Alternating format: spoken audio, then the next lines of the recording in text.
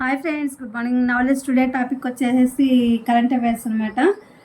పెద్దల ప్రాణాలకు డిజిటల్ రక్ష, అత్యవసర పరిస్థితుల్లో ఆదుకునే పరికరాలు అందుబాటులోకి.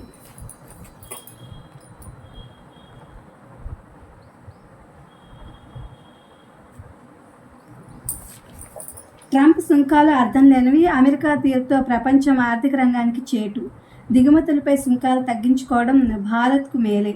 ఆర్థిక అసమానతలతో ప్రమాదంలో ప్రజాస్వామ్యం. ప్రముఖ ఆర్థికవేత్త కౌశిక్ బసు ఈయన ఏం చెప్పారంటే, విదేశాల నుండి వచ్చిన శ్రమశక్తి నైపుణ్యాలు అమెరికా ప్రగతికి కారణమయ్యాయి. ఈ ప్రవాహాన్ని కనుక ఆపేస్తే మిగతా ప్రపంచంతో పోటీ పడే శక్తి ఆ దేశానికి తగ్గిపోతుంది, దీర్ఘకాలంలో వృద్ధి మందగిస్తుంది అని చెప్పి అంటున్నారు. 2047 నాటికి అభివృద్ధి చెందిన దేశంగా ఎదగాలని భారత్ పెట్టుకున్న లక్ష్యం ఏమీ అసాధ్యమైంది కాదు. అయితే ప్రస్తుత వేగం ఇందుకు సరిపోదు అని చెప్పి కౌశిక్ బసు అనే ఆర్థిక శాస్త్రవేత్త అంటున్నారు. ప్రపంచ దేశాలన్నిటిపైన సుంకాల మోత. ఏం జరుగుతుందో చూద్దాం. ట్రంప్ రేపటి నుండి భారత్, చైనాలపై కొత్త సుంకాలు అమల్లోకి వస్తున్నాయి.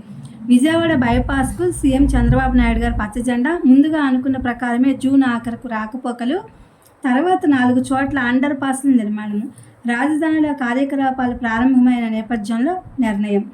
ప్రపంచ పెట్టుబడుల గమ్యస్థానంగా విశాఖ. విద్యా ఐటీ శాఖ మంత్రి నారా లోకేష్ గారు విశాఖలో తాజ్ వరుణ్ డే శాండ్స్ హోటల్కు శ్రీకారం.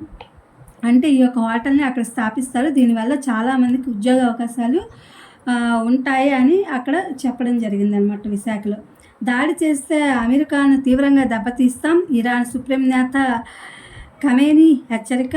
క్షిపణులను సిద్ధం చేస్తున్న టెహ్రాన్. జుట్టు కత్తిరించుకుని ఆశా వర్కర్ల నిరసన. కేరళలో 50వ రోజుకు ఆందోళన. సామాన్యుడి చేతిలో సైరన్ల మోత. రాష్ట్రంలో విచ్చలవిడిగా వినియోగము.